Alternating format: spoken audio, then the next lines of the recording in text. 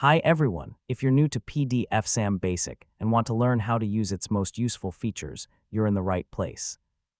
PDFsam Basic is a free PDF editor that lets you merge, split, rotate, extract, and reorganize PDF files with just a few clicks.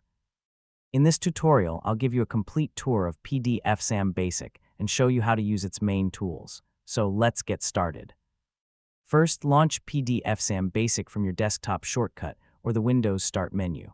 After a few moments, the main dashboard will appear with all of the available PDF tools.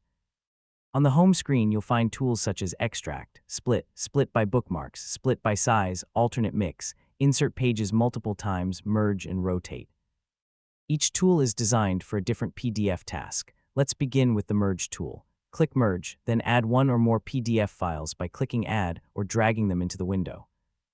Arrange the files in the order you want. Choose an output folder, and click Run to combine them into a single PDF. Next, return to the dashboard and open Split if you want to divide a PDF into smaller files. Choose how you'd like to split the document, select an output folder, and click Run. If you only need certain pages, open the Extract tool instead, choose the page range, and create a new PDF containing just those pages. To change page orientation, open the Rotate tool, add your PDF, choose the pages and rotation angle, then click Run. You can also explore tools like Split by Bookmarks, Split by Size, Alternate Mix, and insert pages multiple times for more advanced PDF tasks. After each task finishes, PDFsam Basic automatically saves the new file to the output folder you selected. Open that folder to review your PDF and make sure everything looks the way you expected. And that's how to use PDFsam Basic.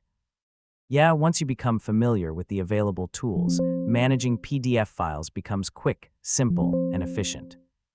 If this tutorial helped you, consider liking the video and subscribing for more easy technology tutorials. Thanks for watching, and I'll see you in the next one.